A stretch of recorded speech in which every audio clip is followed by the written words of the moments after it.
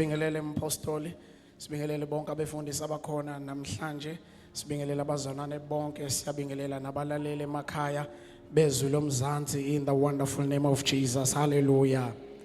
Ngiyacela nje bazalwane siyeni eBhayibhelini ethu incwadi uLuke chapter number 23 verse number 34 bese siyathandaza. Izwi likaNkulunkulu lifundeka kanje. Kepha uJesu wathi, Baba, bathethelele ngokuba abakwazi abakwenzayo. Ngiyacela ukulifunda ngeEnglish version lithi, Father, forgive them, for they know not what they do. Father, forgive them, for they know not what they do. I want us to look, bazalwane, leli gama elithi forgiveness. I won't explain it further, ukuthi liqonde ukuthini, but I need us to check two sides of this word called forgiveness. Number one, if ngingayichaza ngesizulu ithi ukukhulula, isayidi lokuqala lithi ukuzikhulula wena esisindweni sentukuthelo noma sokufisa ukuziphindiselela kunokuba ukhethe ukukhombisa uthando nobumnene.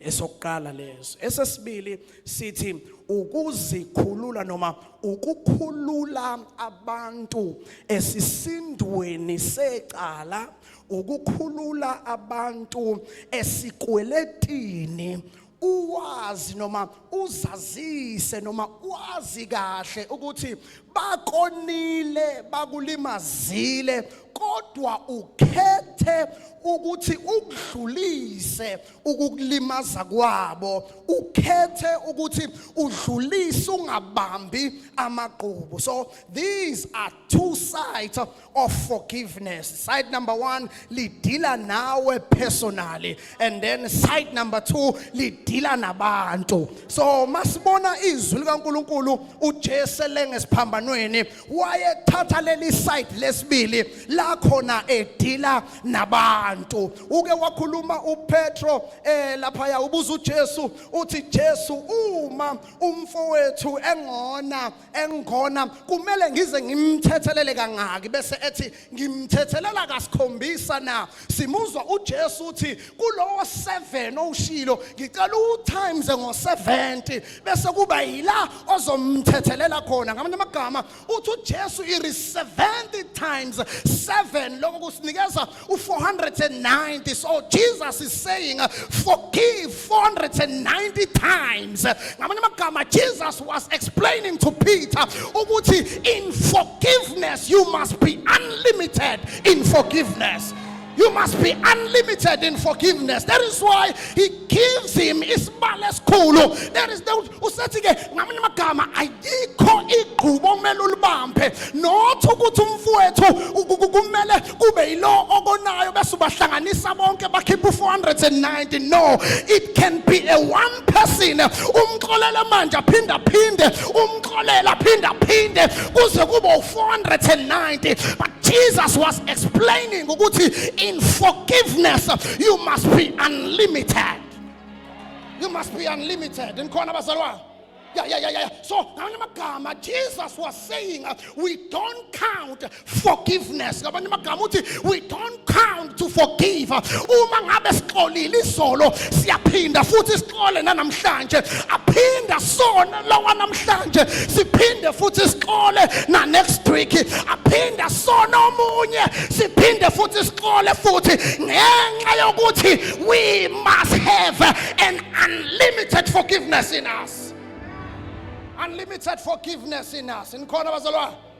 Yeah. Because when you forgive, there is a certain power that is installed in you. Angphinde futhi uma umuntu onokolo unlimited, there is the power that is installed in you. So the opposite is true.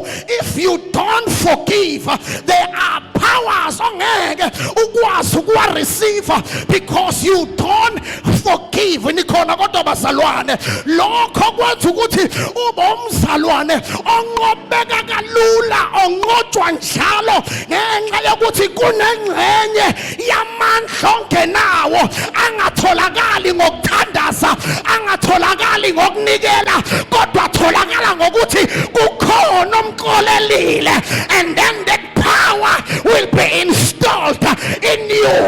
Ayikhuluma ngomuntu athi ngiyathandaza kodwa kuyeki phambili, ngiyanikela kodwa kuyeki phambili, ngiyashumayela kodwa kuyeki phambili. Lalela, kukhona ingxenye eyenziwa is forgiveness, because when you have the unlimited forgiveness, there is power that is installed in you. There is power that is installed in you. Nikhona bazalwane, kukhona abantu nje abanqotshwa izimo ezincane nje, izimo ezincane ngenxa yokuthi kunamandla angekho kubo.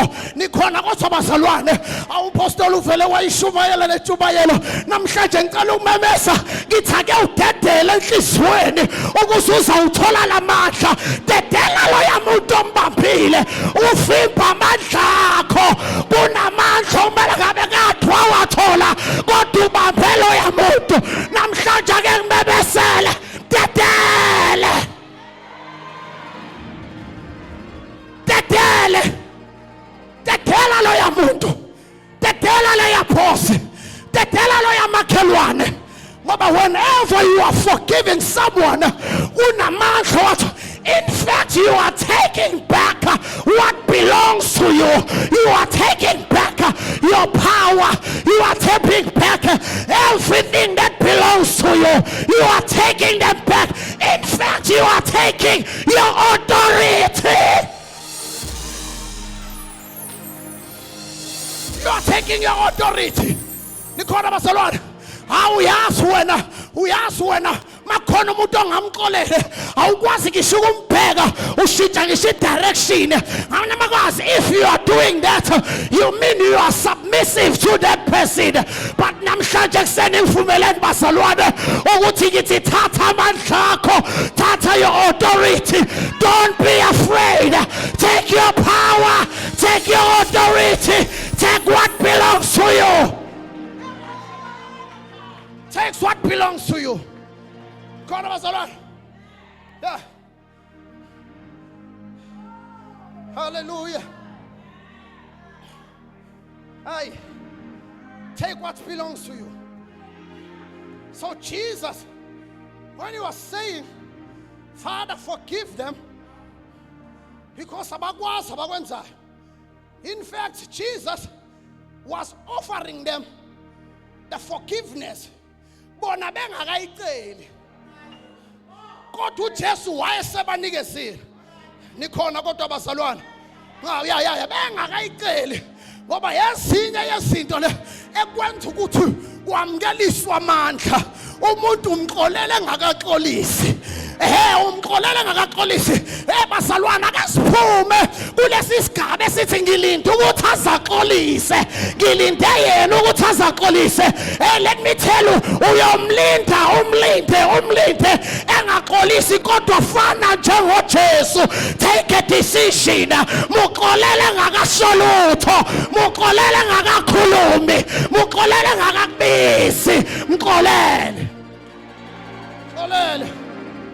Hallelujah. Yeah, I'm about to close. But there is a sweet part. There is a difference between forgiveness and reconciliation. Yeah, because there are few things when we reconcile. It's not bonke abantu okumele sihlale nabo sibuyisane nabo, but if unesifiso to reconcile, I want us to check these 4 things and then we pray. Number 1, take the safety okuya kulowo muntu. Number 2, check ukuthi character yalowo muntu injani. Check ukuthi loyalty yakhe injani. Check ukuthi uthembeke kangakanani. And lastly, check ukuthi your vision and her vision are aligned in. If akwenzeki lokho, stop, don't go there. It's a no-go area, because reconciliation, it is a choice. It is not a command. It is a choice.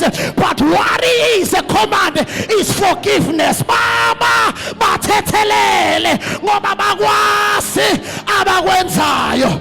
Thank you, my apostle. Oh, come on. Awudedele.